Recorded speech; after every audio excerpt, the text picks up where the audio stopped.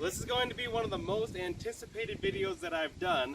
I'm going to put solar panels on top of my RV camper. Now we've had this for a few months now. We've been renovating it and trying to get it all cleaned up. We wanted to make it really comfortable and we definitely want to boondock off of it. So I've just cleaned the roof here. It doesn't look super clean, but it's much cleaner than it used to be. There's a couple of spots I need to patch up. I'm going to show you in this video how I can fit over 2,000 watts of solar panels on this 27-foot travel trailer. So stay tuned, you won't want to miss this one.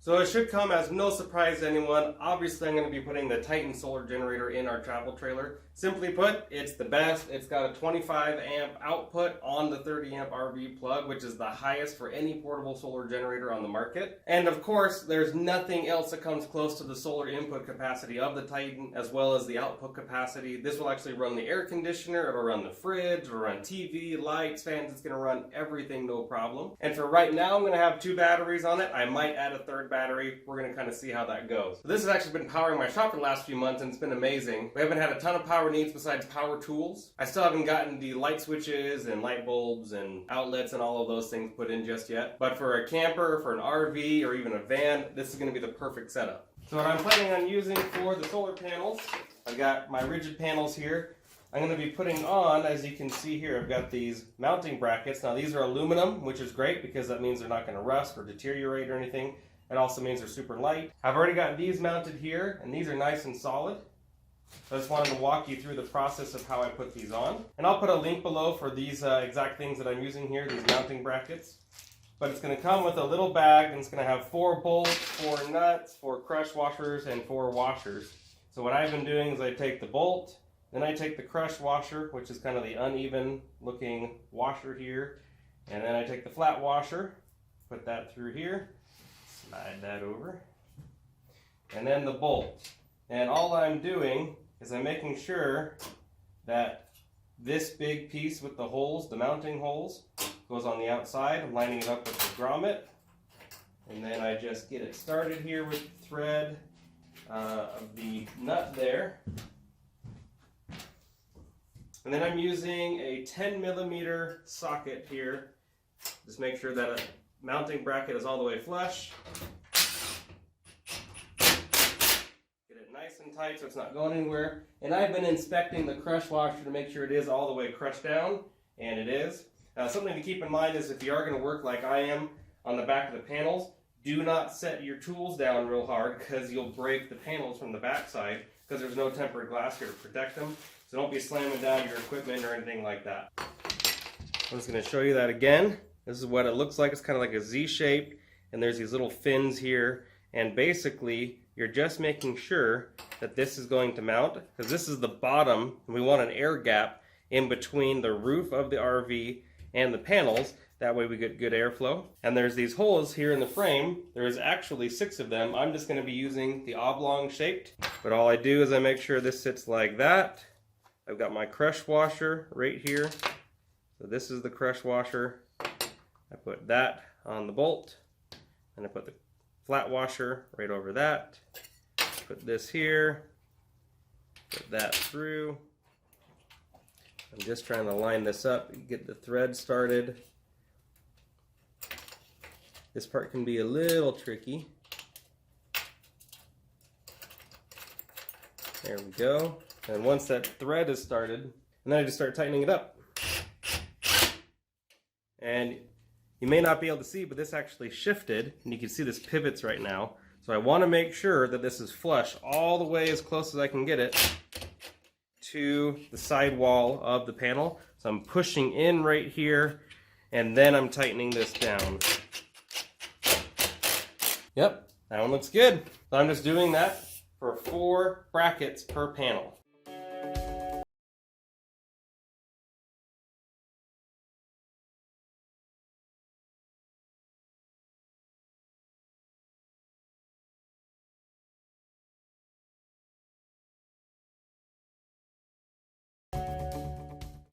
So each packet of these comes with 4 sets of brackets. So that's 16 brackets total. That's going to give me 4 panels worth of mounts. Now the roof mounting screws are also included in here. We're not going to get to that just yet, not until we start actually putting these on the roof of the RV. But I've got 2 of these done, and I've got at least 18 more to go. I think I can actually fit 2100 watts on the roof, so I'm going to get to it. So one of the first things that I needed to do is figure out exactly where everything is on the roof and measure it out. So that's what this is. I actually hand sketched this out. I'm not that great at sketching, but I got exact measurements on everything. So each square on this graph paper is equivalent to 6 inches. So I have exactly 8 by 25.5 of a roof. That's a 27-foot camper, but the roof itself is 8 by 25.5. Now if you've seen my other cabin videos where we run our off-grid cabin 100% of the time with the Titan solar generator, you notice that I use these 315 watt solar panels. Now I've had a bunch of these lying around, which is why I use them up at the cabin. So I had originally thought about using them on the camper as well, but it just turns out that I can actually fit more wattage of panels on the roof when I use the 100 watt panels because of how they can be arranged. So if we see here, this is an exact dimension of the 315 watt panel. I can barely fit one right there. I can't fit it that way. I'm thinking about getting rid of the antenna, so it would be okay to cover that. Just trying to figure out how this all fits is a little bit more difficult because of the sheer size of the panels. It would be nice in this way because I'd have lots of walking space up here, so I could get up and service things very easily. That wouldn't be much of a problem. But I want to make as much power as possible because when you're boondocking, you're 100% dependent on your own power. So that's why I really like to go with the 100 watt panels because of how many panels I can actually fit on the roof.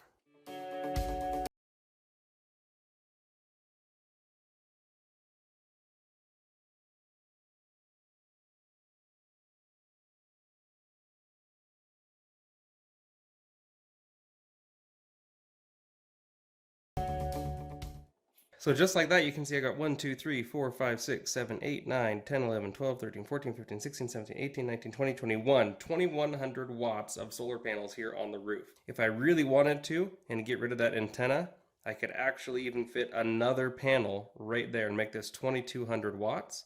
And if I really wanted to get ambitious, these 2 little caps that are up here, I could actually get a mount that's taller for the panel, and I could even get an additional 100 watts right there, for a total of 2300 watts. Now that would make it a lot more difficult to service things, so I'm not planning on doing that. But that's basically the general idea, is having this sketch allows me to figure out where I can actually fit all the panels and then go and try to put it up on the roof exactly. The only thing this doesn't account for are the actual mounts. So this is the theory idea, and now we have to see if we can actually make it happen. Okay, well I've got the first 12 solar panels ready to go up on top of the roof here. On the front half of the roof, I'm going to be putting these 12 solar panels, and I want to get them laid out to make sure that they're going to fit.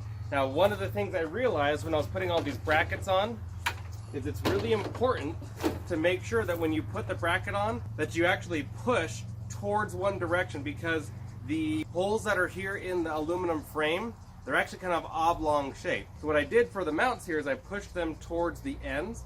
That way, I'm planning on overlapping these brackets as they line up with these other solar panels. That way I can conserve a little bit more space. So we'll see if that works, but just keep in mind when you're mounting these, don't just put them in the hole and tighten them up. Actually push them into the center and to the edge. That way they all line up the exact same, no matter which way the panel's oriented. So I gotta show you this. I just moved my camper from over here next to the house to over by the shop, and I accidentally brushed against this tree trying to get the angle, and it actually knocked off a solar panel. Now I didn't have this secured to the roof yet. You can see here that it actually bent this mount. This fell from about 10 feet and didn't break. I'm telling you guys, this is why I love these panels. They work so well. They just are super strong. They work really well. What more can I say? I love them. You can see here I'm on the other side of my camper. This was the side that hit the tree. Took a couple of branches with it. So, lucky I didn't have more panels fall off. Well, this has been quite the project. So I decided to go with 21 100 watt solar panels.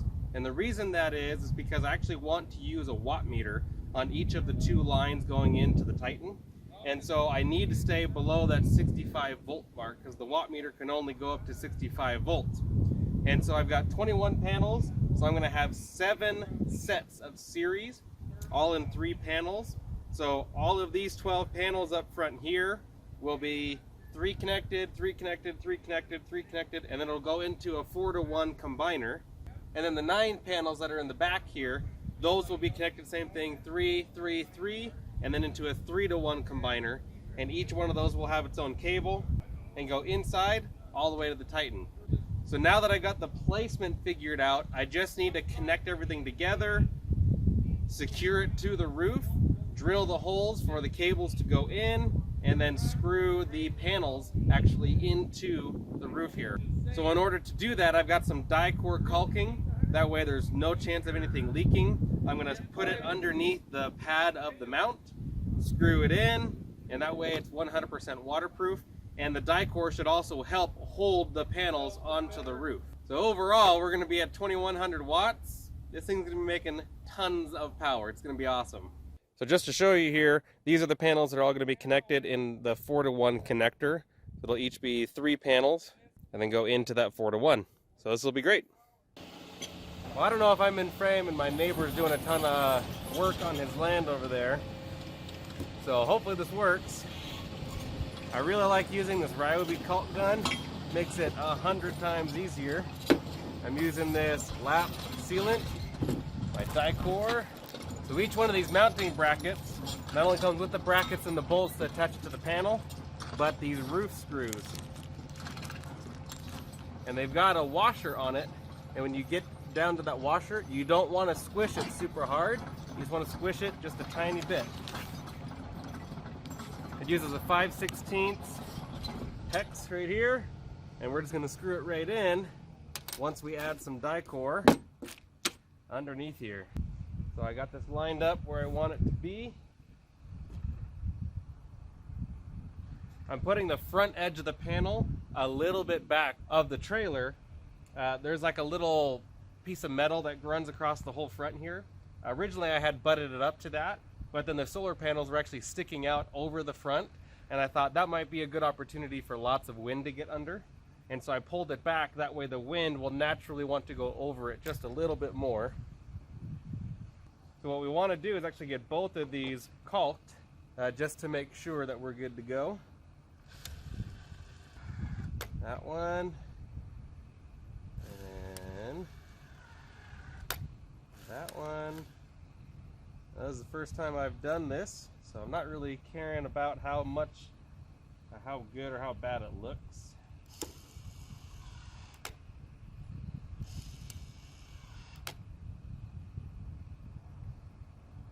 Okay, leave the pressure on that. And I usually just leave that dangling, so that way if the caulking drips, it just drips onto the ground. I can always come back and clean this up. I'm not too worried about that. So this will ensure, one, that this gives some strength to the mount, holding to the roof itself. Now these screws will actually be going into this die-core to make sure that it is truly a 100% waterproof piece. I don't want to tighten, I really don't want to over tighten this. Okay, I got that one in, and it looks like this is going to get a little messy, and that is perfectly all right. This die-core stuff will come off. It dries pretty quick.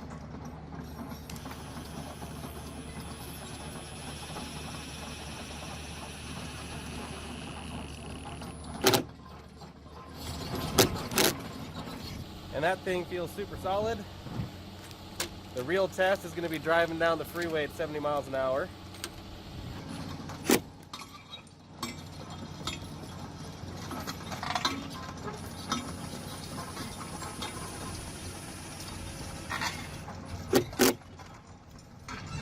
Okay, so that side's on. It looks like the die-core is really bled around it. So those look 100% watertight. That's great. Now I've only got about 80 more to do.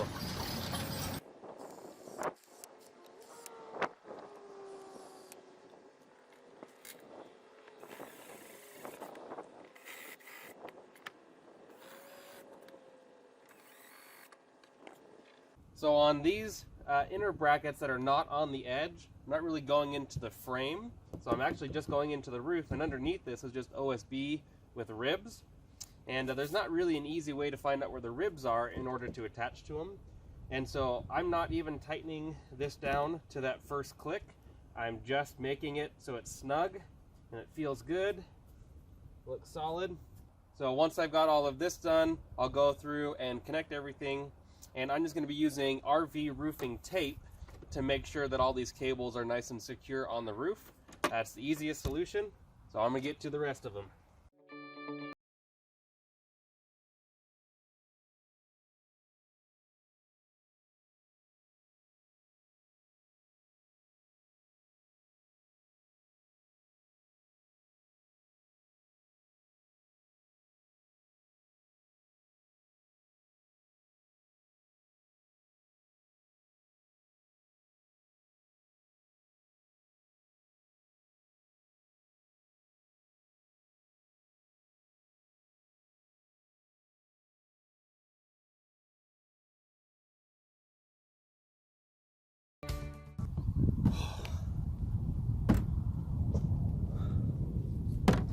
Well, that took me roughly two and a half hours, something like that.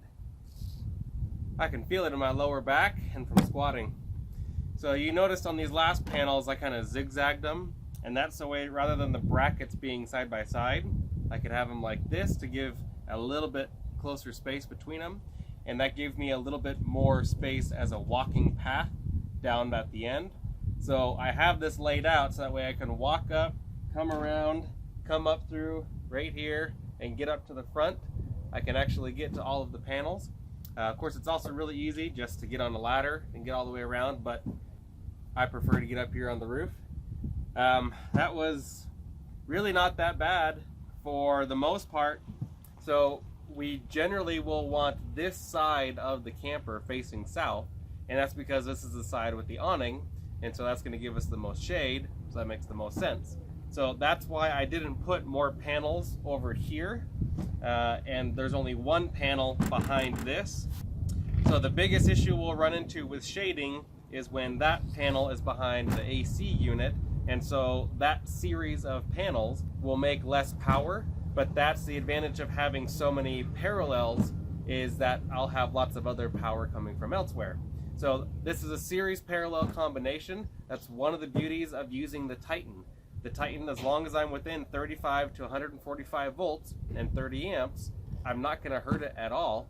And so all of these series will be about 60 volts, and that'll make it really easy for me to make sure I'm getting the most amount of power every day. That way, if part of the panels are shaded or whatever, it's going to help. Normally I do 5 panels in series, and that was the original plan, but I'm just going to mix it up because I don't want a whole series of 5 panels getting down from this one panel that's going to be behind the AC unit. Okay, so the next part, connect the panels together, figure out the best way to do that. Secure the cables to the roof using the roof tape that I've got. And then we're going to have to cut a hole in the roof. So what I actually decided to do was go next to this refrigerator exhaust, whatever this is right here. And the reason I did that is because this roof was really, really bad right here in this section. But basically, this is like new roof. And so what I'm going to do is I'll die-core this whole thing in, so it's basically one big glob of new roof. But this is what we had to do to get inside.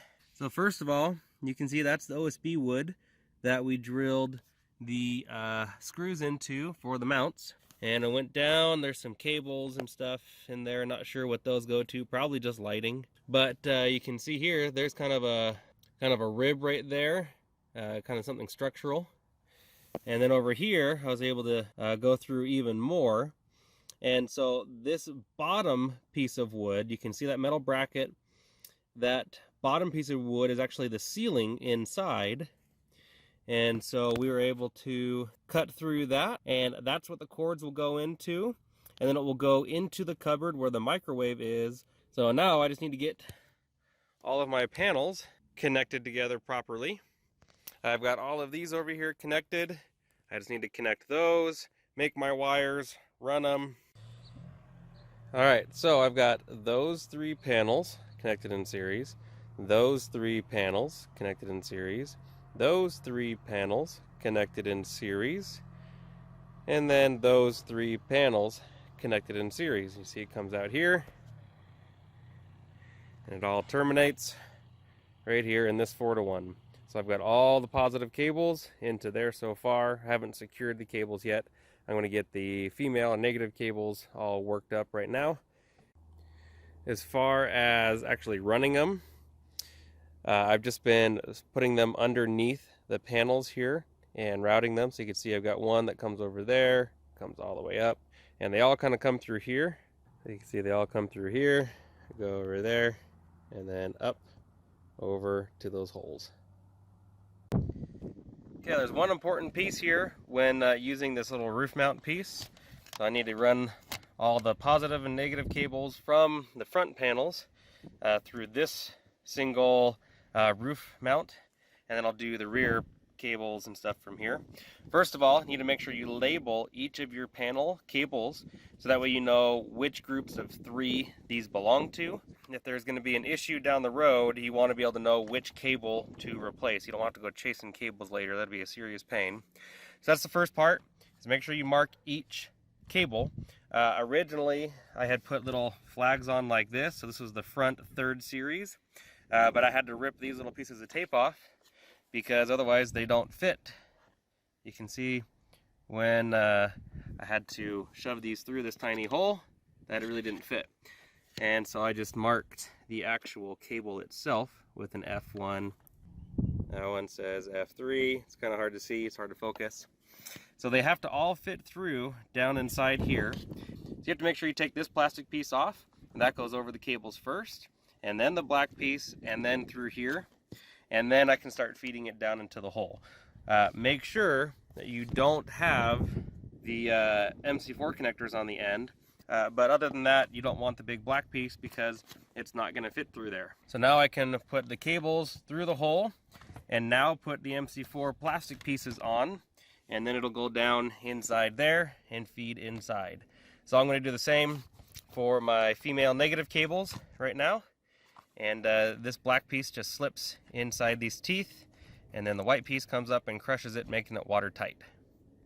The other thing I forgot to mention, because I'd originally measured these cords to just fit to this hole, that means I won't be able to send them inside and get them into the cabinetry without extending these.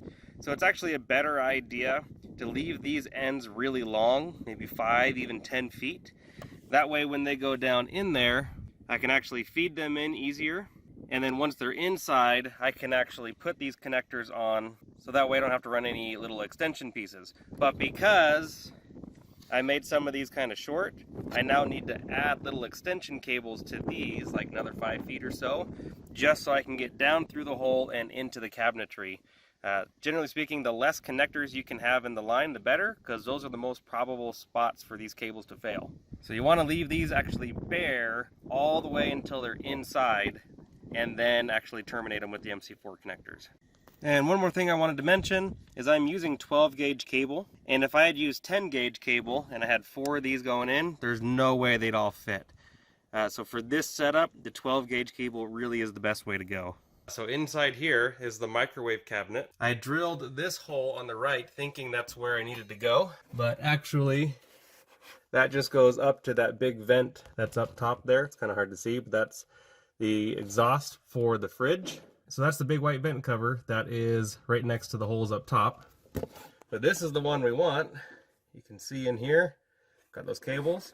So I've got these pulling through, and it just comes right here into the microwave cabinet. So there's plenty of space in the microwave cabinet for me to hide all these wires. And then there's actually a pre-built hole right there, which goes over to this cabinet here, which then I can run out over here by drilling another hole, drop it straight down, go through underneath where the couch goes, come over here, through the bottom of there, and then underneath the bed where the Titan will be stored. So there are 2 tricks to getting this cable through that hole really easily.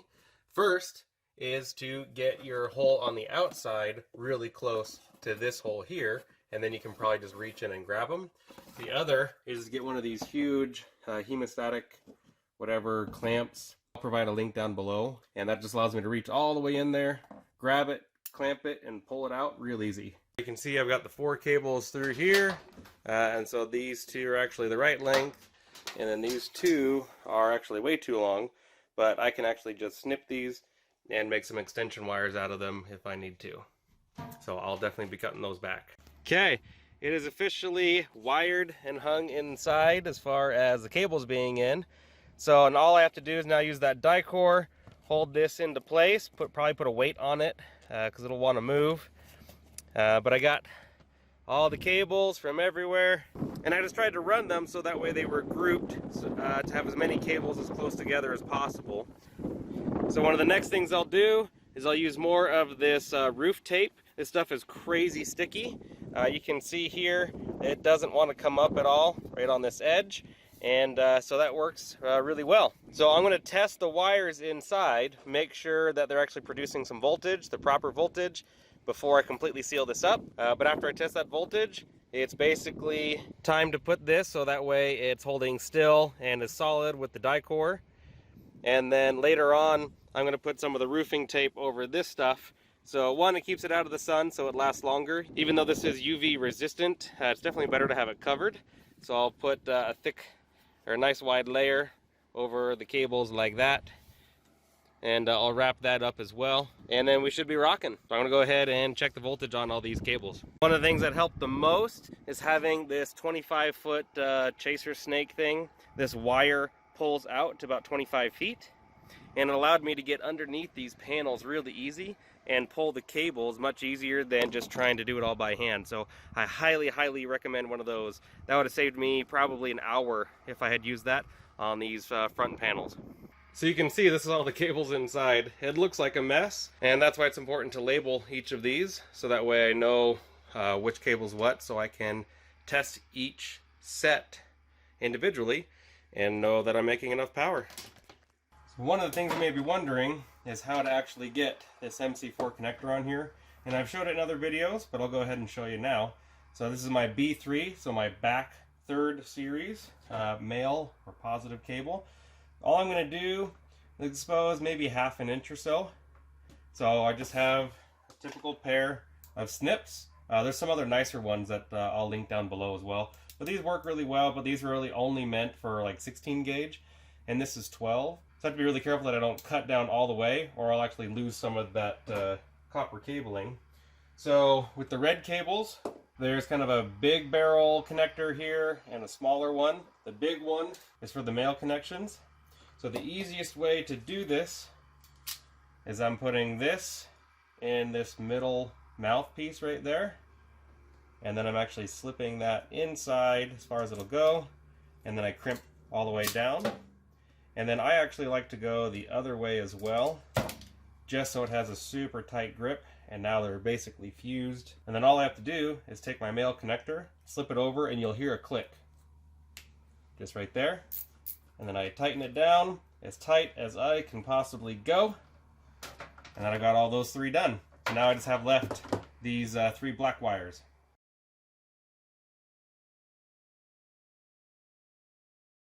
Now I'm going to double check my voltage. This is just a really cheapo voltmeter. All I'm going to do is set it to either 20 or 200 volts. Either way is fine. It's just moving the decimal point is all that it's doing there. So I'm going to set that, and then I'm just going to put this male probe into the positive connection, and the female probe or the negative. And I'm getting 54.4, which is good because when I tested all of the cables, that's exactly what I was getting before. So that is good. It's a really cloudy day, as you guys saw in the other part of the video. So the other way of testing this is using this handy dandy watt meter. Now these are custom made to be able to handle stuff like this. These are rated to 65 volts and 200 amp surge or 50 amp current. And so this is going to be the input side. So all I'm going to do, I'm going to tighten that up a little bit more. So I'm going to plug that into there. Plug that into there. You can see this lights up, and 54.59 volts. So this makes it so much easier to not have to know how to use a voltmeter or anything. And this just tells me exactly what the voltage is. And then when I connect the Titan to this side, I put my cables here, run it into the Titan, it'll actually tell me the amps because it'll be under load, and so the volts and amps will change. There's obviously no amps because there's no load. So what I'm going to do is this will be right next to the Titan, and I'll have a heavy gauge cable that goes from this 3-to-1 branch connector through here and then over to the bedroom where the Titan will be underneath the bed. This just makes life so much easier. Just remember 65 volts max. So if I had 4 panels connected in series, then I'd be over that 65 volts and wouldn't be good. Just to show that works the exact same with the 4-to-1 combiner. I'll plug this in right here and in right there. Watch as it powers on. We should get right about the same voltage. Yep, 54.57. Perfect. That's exactly what I needed to know. This is how it looks now that it's all wired in. So all I have to do now is go up top, seal everything up nice and tight so it's 100% waterproof and snowproof. And then what I'll need to do is I'll take my 8-gauge cable. I'm going to be using 8-gauge because I'm using higher amps with this setup. So this could get up to about 25 amps. And so 10-gauge would be a bare minimum. 8-gauge is really what I want. So I'll have my 8-gauge here going through over. And then I'll have another set of 8-gauge here going over. And that will give me my 2 solar inputs on the Titan. So we should hopefully be making around 2,000 watts on a bright sunny day. So for now I'm going to climb back up top, seal everything up nice and good, and then move on to the next part of the project. And just like that, they're sealed up. Now this die-core stuff is self-leveling. That means it will automatically just lay nice and smooth. And it's nice and flexible and makes it so no water can get in. So we are pretty much good to go there. I might add just a little bit more right there on top just to make sure that that's all completely covered. And then when it's a little bit nicer weather, I'm going to come in and tidy up these cables here. Okay, it's the next day. I actually just got back from an elk hunt, and I left this on all night. I didn't have the RV plugged in, but I just had the solar panels plugged in. Right now they're unplugged because I got up to 100%, so I wanted to drain it down a little bit again. I'm running the air conditioner and the fridge right now, so those are obviously the most power-hungry things here. And we're down to 97%. It's pulling 1.9 kilowatts. The fans haven't even kicked on yet. It's been running for 5-10 minutes, so that's pretty cool. Definitely keeping it cool in here. The thermostat set is about 70 degrees in here, and I've got it set to like 50 for the AC, so that's working nice and hard. It is turned on to high. And it was at about 1.4 kilowatts. So I should explain. So it was running about 300 watts before I turned on the air conditioner, and I think that's actually charging up the onboard batteries, because there's nothing else that's really running. And then I turned on the air conditioner, and that put it up to about 1.4. And then I turned on the refrigerator, and that pushed it up to 1.9. That should just go to show right there how much power a refrigerator uses. In fact, I'm going to go turn off the refrigerator right now. We'll see this drop from 1.9. And turning it off. And so just like that, we see it drop to 1.5. So it's using at least 400 watts of power, which is a lot. That's pretty much the same as a standard household unit, except this is a refrigerator in an RV, so it should use a lot less, but it doesn't. Alright, so I've turned that back on. Takes a second for it to go. Yep, 1.9 kilowatts again. So I'm going to let this drain down for a little while, and then I'll connect the panels back up. It is much sunnier today, although we do have a winter storm coming in. So I'm hoping a half hour is enough to drain this thing down and see how well these panels do. It's still kind of light overcast, and it's pretty overcast. Let's go ahead and show you. So this is basically what we're working with today. It's pretty overcast, but not horrible. There's some little spots of blue, but of course the sun's up here. We've drained the battery down quite a bit. Down to 73%. That didn't take very long at all. It says we're at 300. Ooh, it keeps dropping. The sun, I think, is coming out a little bit more. Yep. So we were at 2 kilowatts, or 2,000 watts, and now we're just at 250. So we're making roughly 1,800 watts right now, which is pretty incredible. That's definitely awesome. So it says we could run the air conditioner and fridge for another 11 hours is the current calculation. That'll probably keep changing. But realistically for the fridge, that's going to be pretty different because the fridge was just at room temperature. So right now it's having to work extra hard to get cooled down, and then once it's actually cooled down, it'll be a lot easier to run that. So now it looks like the clouds are coming back in a little bit. It says we're at 440. Now the clouds are leaving again. Either way, we're making close to our maximum solar input. We're making close to that 2,000 watt mark, just depending on how the clouds are with the sun. So this is pretty awesome. We're testing it in a real world situation. We've got clouds, not perfect sun. How does it perform? Obviously, it's not charging right now, and that's because we're using about 2,000 watts. And I only have 2,100 watts worth of panels. And so realistically that would be the perfect conditions, is making 2,100 watts, which is going to be next to impossible. It's rare for that to happen. So I'm pretty happy with this. If I turned off the fridge, if the batteries filled up all the way and I wasn't really running anything else, maybe turning the AC down to low, this is definitely capable of running it for a long period of time during the day when the panels are going. Now, my air conditioners, I think it's a 13,500 BTU. That's pretty standard for RVs. So that being said, really the absolute bare minimum amount of solar panels that are necessary to run just one of those units is 1,500 watts in solar panels. So you're looking at the Titan Plus 1,500 kit. But realistically, you should have more like 2,000 watts of solar. And it doesn't matter if they're on the roof or if they're laying outside on stands, something like that. So I hope you found this really helpful. I've got to finish running these cables, but other than that, you guys have seen everything. The only thing I really haven't shown is drilling the holes through the cupboards and running the cables. For the cables, I'm just going to be getting some cable covers, like what you'd see coming down of the wall from below a TV. I'll hide all the cables in that. I've only got 4 cables to run. I'll run that along the wall and underneath, under here, where the Titan will be. And the only other thing is running this cable. So for this cable here, the storage area is actually underneath our sink right outside the bathroom. So all I have to do is, rather than running it outside, I'm just going to do the same. I'm going to run it underneath the cabinets and then come out underneath by the couch where I showed you those other cables were going to go, come under here as well. That's just a hole saw, and that's all there is to it. And then I'll be able to plug this in underneath here. So I hope you found this helpful. If you have any questions at all, please reach out to me. My email is info@poweredportablesolar.com. You can also visit my website, poweredportablesolar.com, and get all sorts of information there.